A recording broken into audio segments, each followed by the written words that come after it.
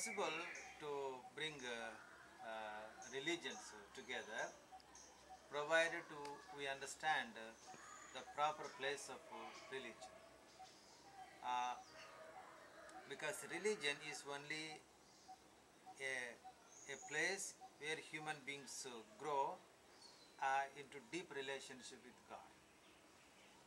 But religion is only a means. Religion is not an end in itself.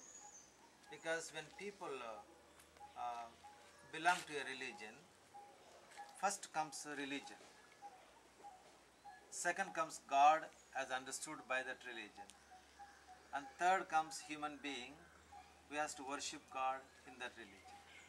So when the religion becomes the primary, there is always a place for quarrel, war, violence, persecution, and everything.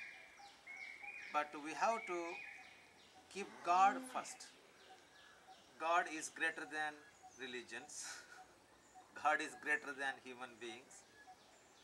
And human beings in the deepest level are greater than religions. And the religions are meant to be at the service of human beings and not human beings at the service of religion. Now, when the human beings serve religions, violence is always will be there. There cannot be peace.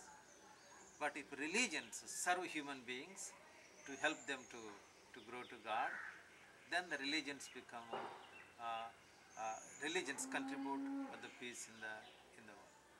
And I think for us Christians, we need to understand Christ in a deeper level, because unfortunately we have reduced Christ into a small religion and excluding the others.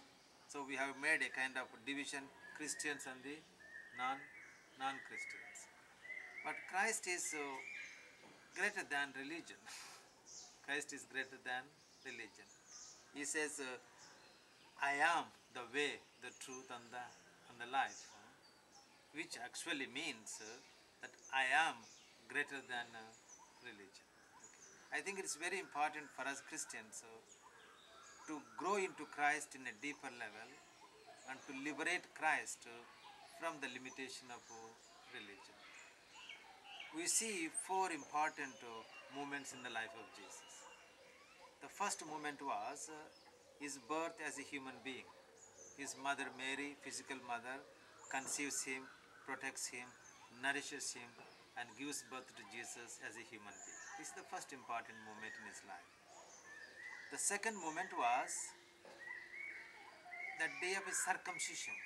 On the 8th day, he was circumcised and he becomes a Jew. So in that sense, he moves from the individual identity into a collective identity called Judaism.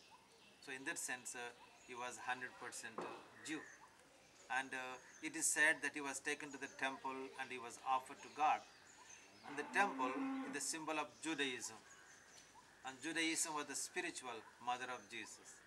So to enter into the temple is to enter into the womb of Judaism, and Judaism becomes pregnant with Jesus. And so Jesus had to grow in the womb of Judaism, and as a Jew you might have said, Judaism is my way, my truth, and my life. But then slowly he began to realize the limitations of his religion. The first limitation was his religion divided humanity into two, the Jews and the non-Jews. The second limitation, God was only for the Jews but not for the non-Jews. And the third limitation was religion was more important than the human beings, because human beings were serving the religion. And that brings him to the third important moment in his life, the moment of baptism. The baptism is an experience in which Jesus comes out of the womb of Judaism and he enters into the universal presence of God. And in this experience, the wall between the Jew and the Gentile is broken down, a new human being is born. And God is no longer the God of the Jews, but God of the whole humanity and the whole creation. And now Jesus says, I am the way, the truth, and the life. Before he said, Judaism is my way, my truth, and my life. Now he is telling, I am the way, the truth, and the life. That means I am greater than a religion.